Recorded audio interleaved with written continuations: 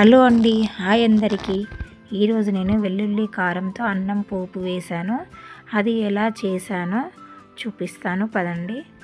ఇప్పుడైతే stove on చేసుకొని దానిపైన కడాయి పెట్టుకున్నాను. ఆ కడాయి మంచిగా హీట్ అయ్యాక దాంట్లో 2 స్పూన్ల ఆయిల్ వేసుకొని కొంచెం శనగపప్పు, మినప్పప్పు, పల్లీలు వేసుకొని వేయించుకోవాలి. ఇవి వేగాక జీలకర్ర, ఆవాలు వేసుకున్నాను. ఒక పెద్ద ఆనియన్ను కట్ చేసి ఇలా వేసుకున్నాక కలిపేసుకోవాలి. ఆ తర్వాత చిటికెడు పసుపు వేసుకొని మంచిగా కలిపి ఫ్రై చేసుకోవాలి. ఈ ఆనియన్ ఫ్రై అయ్యేంత వరకు మనం అన్నంలోకి కావలసిన కారంని ప్రిపేర్ చేద్దాం. దానికోసం రోలు తీసుకొని జీలకర్ర, ఎల్లిపాయలు, కారం, ఉప్పు వేసుకొని దంచుకోవాలి. ఇలా మొత్తం కలిసే విధంగా దంచుకోవాలి.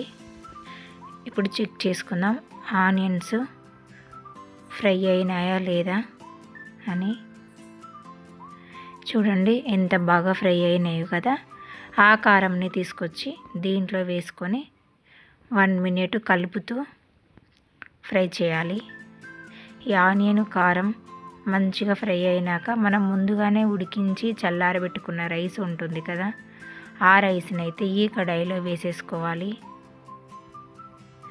ఈ కారం అయితే మీరు తీసుకున్న రైస్ క్వాంటిటీని బట్టి ప్రిపేర్ చేసుకోవాలి. తక్కువ తీసుకుంటే తక్కువ చేసుకోవాలి, ఎక్కువ తీసుకుంటే ఎక్కువ కారం ప్రిపేర్ చేసుకోవాలి.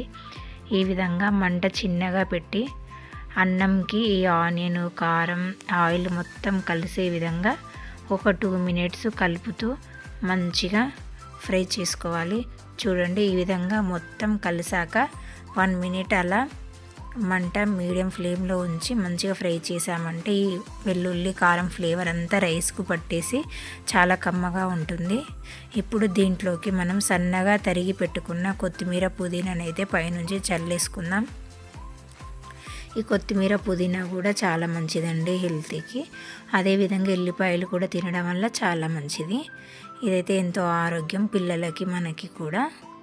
ఈ రెసిపీ అయితే రెడీ అయిపోయింది ఫ్రెండ్స్. ఈ రెసిపీ కనుక మీకు నచ్చినట్లయితే like, share and subscribe my channel friends. Bye. Have a nice day.